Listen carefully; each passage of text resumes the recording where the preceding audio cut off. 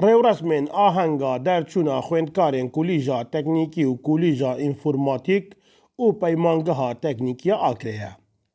Êre hola konferansa ye.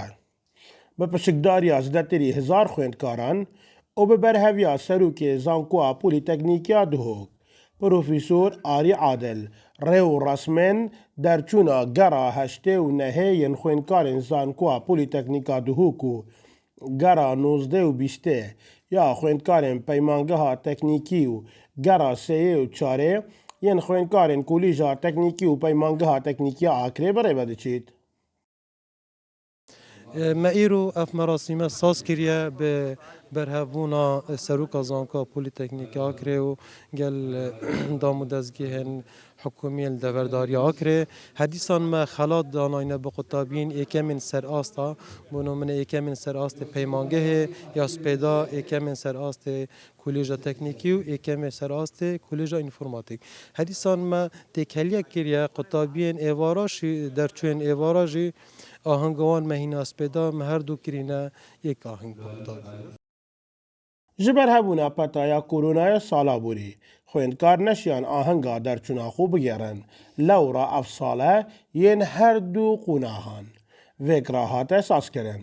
Xwendkarên derçû jî xweşxaliya xwe bi vê yekê diyar dikin û supasiya wan kesan dikin. Yên bûyine harokar bû temamkirina vê qonaxa xwandinê.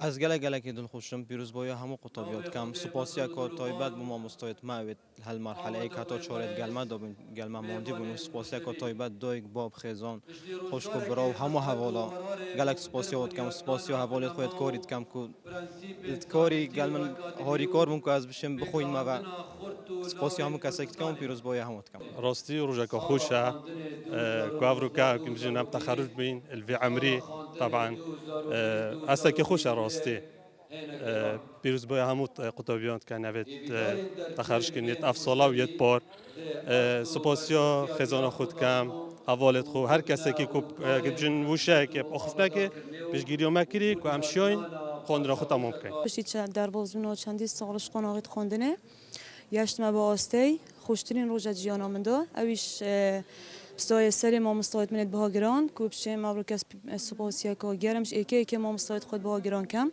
هر وسال دای کو بابت خو پشتوان و پشتگیری من بینه از گشت ما با آستی اکید خوشترین روز جیانامنده سالانه به هزاران خوێندکار لە کۆلیژ و پەیمانگەیەن هەرێمێ دەردەچن ئەو خۆدان بسپۆریên cudane. Belê wekû PTV hikûmet neşiyaye delîvên karî bi wan dabîn biket û mifa li xwandin û zanîna wan bihête welgirtin. İsmaîl Saîd, Dezgehê Mîdyayê Badînan, Akrê.